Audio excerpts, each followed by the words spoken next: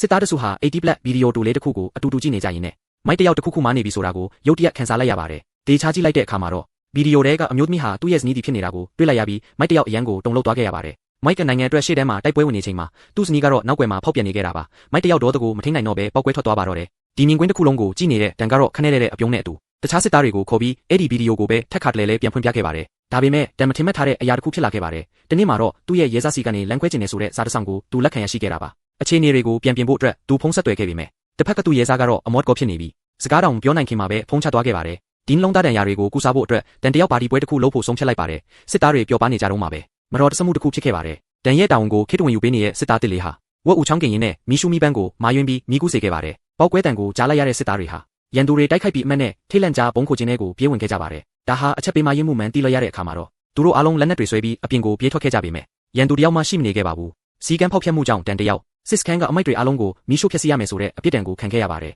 သူဟာတခြားစစ်သားတွေရဲ့လောင်ပြောင်စရာဖြစ်လာခဲ့ပြီးဒီရှက်ရမှုတွေကသူ့ရင်ထဲမှာစုပုံလာရင်းနောက်ဆုံးမှာတော့ပောက်ကွဲထွက်သွားပါတော့တယ်သူဟာတင်းနဲ့တလက်ကိုဆွဲယူပြီးစစ်သားတစ်လေးရဲ့ပါဆက်ထဲကိုထိုးထက်ကသူ့ကိုတက်ပစ်ဖို့အမိန့်ပေးခဲ့ပါတယ်အဲ့ဒီနောက်မှာတော့တန်ဟာတင်းနဲ့ကိုသူ့ကိုယ်သူပြန်ချိန်ပြီးယူသွတ်စွာနဲ့အော်ဟစ်နေပါတော့တယ်